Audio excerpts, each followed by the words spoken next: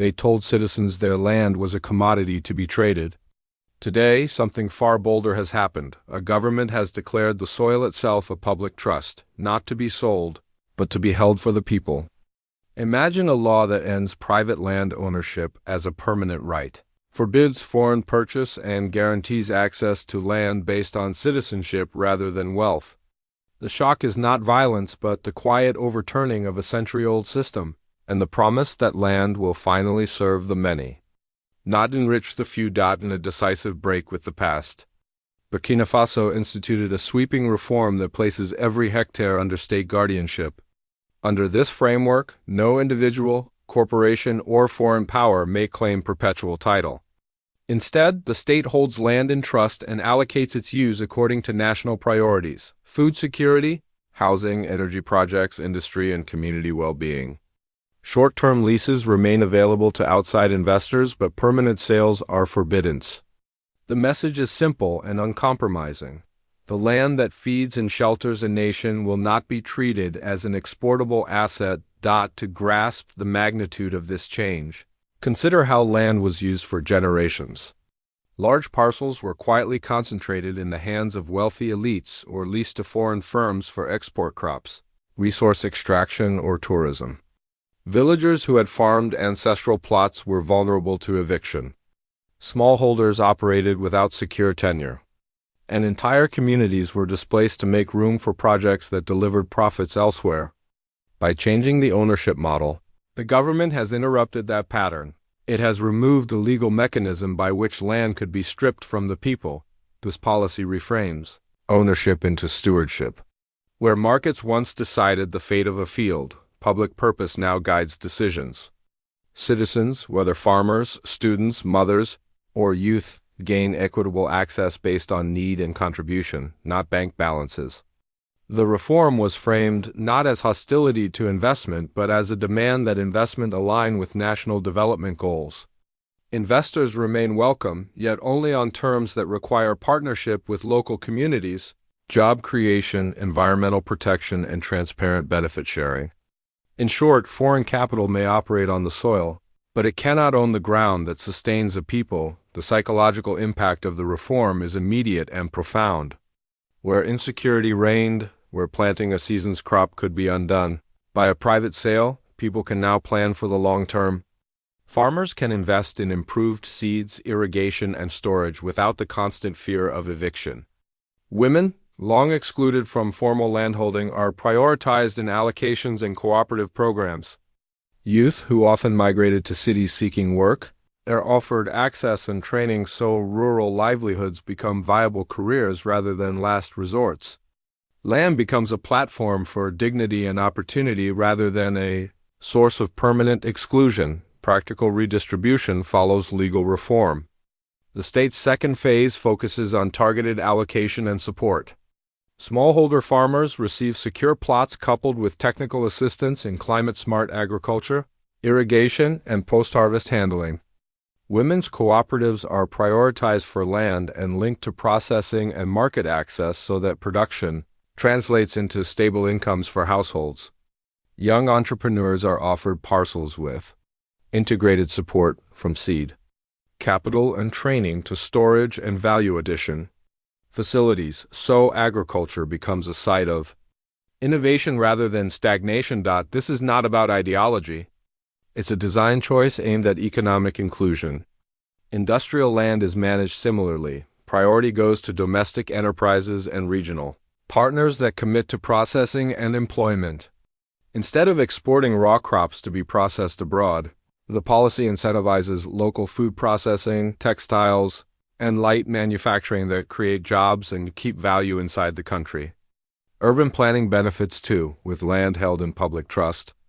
Infrastructure projects can be coordinated without protracted private negotiations, allowing roads, schools, and clinics to be sited for the common good. Crucially, the reform reframes the relationship with external investors. Foreign firms no longer negotiate private purchases. They must secure state leases, comply with stringent social and environmental standards, and demonstrate local value creation. This changes bargaining power. Projects that once prioritized export incomes can now be designed to support domestic supply chains, local procurement, and meaningful technology transfer. Leases come with clear accountability clauses and revocation powers should firms breach environmental or labor commitments. The aim is not to close borders, but to insist that investment works for the national interest. Environmental protection is a central pillar. With land under stewardship, the state gains leverage to enforce conservation zones, protect watersheds, and prevent destructive mining or monoculture that degrades soil and undermines food security. Long-term ecological planning becomes feasible, forests and sacred sites gain legal protection, and communities that rely on pastoralism and seasonal grazing can secure corridors and shared management arrangements. By tethering land use to national sustainability goals, the reform seeks to prevent short-term profit from creating long-term poverty. This transformation did not emerge in isolation. It is part of a broader regional conversation about sovereignty and equitable development. Across the continent, debates about land, resource control, and economic justice have been intensifying. Some governments have experimented with land redistribution or stronger lease controls. Civil society movements have pressured for reforms that put people first. Burkina Faso's policy accelerates that conversation by demonstrating a practical, law-driven model that recenters citizens. Unsurprisingly, the response from outside capitals and global markets has been tense. Entities accustomed to acquiring land or securing long-term concessions reacted with alarm, warning of investor flight and economic isolation. Diplomatic pressure and threats of financial countermeasures followed in some quarters. Yet the reformers anticipated this pushback. They framed the law as a tool of sovereignty, not provocation, and sought to reassure responsible partners that contracts structured around transparency, compliance, and mutual benefit would remain possible. Resistance did not only take the form of foreign pressure. Domestically, entrenched interests accustomed to hoarding land posed obstacles, and institutions had to be strengthened to manage allocations transparently. To overcome capture risks, the government committed to digital registries, public oversight mechanisms, and community-based adjudication to resolve disputes. Transparency, a public map of allocations, accessible records, and grievance procedures was designed to minimize corruption and ensure that land's custodial status benefited ordinary people rather than new elites. The reform's economic logic is straightforward. Keeping land under national stewardship enables coherent planning. Agricultural policy can be linked to industrial policy. Food security measures align with export strategies, and local industry benefits from secure, proximate supply. When processing and manufacturing locate near production, jobs multiply and entire value chains develop domestically. The social returns, improved nutrition, educational access, and stable incomes are the long-term dividends of land policies that prioritize people. Perhaps the most powerful change is cultural. For centuries, colonial and post-colonial arrangements framed land as a commodity to be optimized for outside markets. Reclaiming land as a public trust restores a pre-colonial ethic that views land as life, community, and heritage. This cultural reframing is not nostalgic.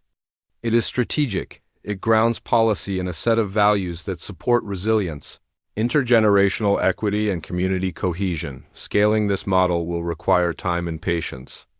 Effective implementation depends on robust institutions, cadastral systems, impartial courts, accountable lease management, and socially inclusive allocation processes. It demands investment in agricultural extension, rural infrastructure, and education so that land access becomes a real pathway to prosperity. It will require vigilance to prevent new forms of capture and to ensure environmental safeguards remain strong. Yet the potential payoff is transformative. When citizens can rely on secure access to land, they can invest, innovate, and commit to community building. Youth can envision futures in rural towns. Women can become farm owners and business leaders. Domestic industries can grow from processing to branding and export.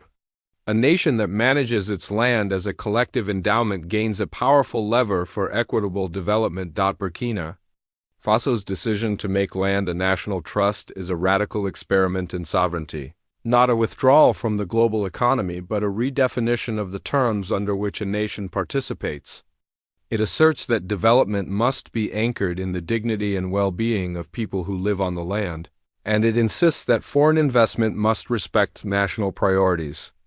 The world may react with worry or admiration, but the deeper consequence is clear. For the first time in a long time, land policy is being used to rebuild the social contract. What began as a law on paper now asks a country to remake its relationships between citizens and the state, between the rural and the urban, between people and investors. If implemented with transparency, fairness, and a sustained commitment to public goods, this model could move from bold experiment to blueprint, a way for nations to reclaim their soil, protect their people, and chart an independent path toward prosperity. The promise is not just more secure fields or fewer evictions. It is a national rebirth in which the ground itself becomes a foundation for dignity, opportunity, and shared futures.